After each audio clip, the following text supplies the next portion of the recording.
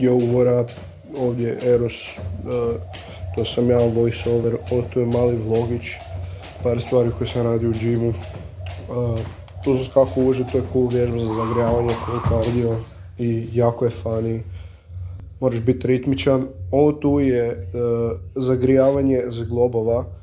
Vježbe sa težinom calisthenics znaju biti ekstremno teške za zglobove i naporne i ako ih ne vježbaš, ako ih ne zagrijavaš, to zapravo će ti se zglobovi izeznut, znam iz osnovnog iskustva.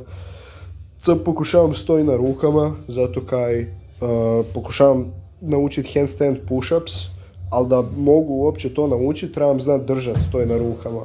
Sad znam onak držati stoj na rukama da hodam, ali da, to nije dovoljno.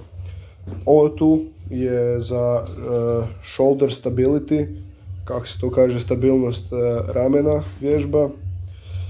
To je isto dosta dobro za raditi, preporučam. Ovdje sam si malo duže držao to pa sam bio ponosan. Kaj dalje?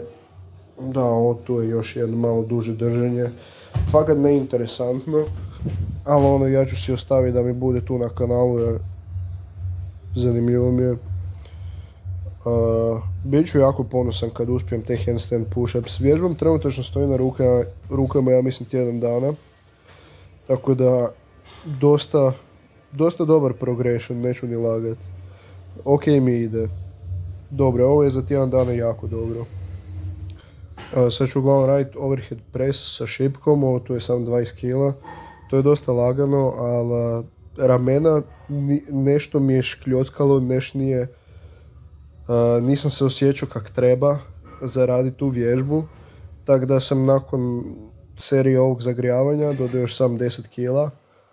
Tako da sveukupno sam radio sa 30. I nisam feelao dobro, neš mi je bilo u ramenima.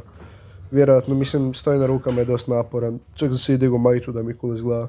Stoji na rukama je dosta naporan za ramena, vjerojatno ih nisam dobro zagrio.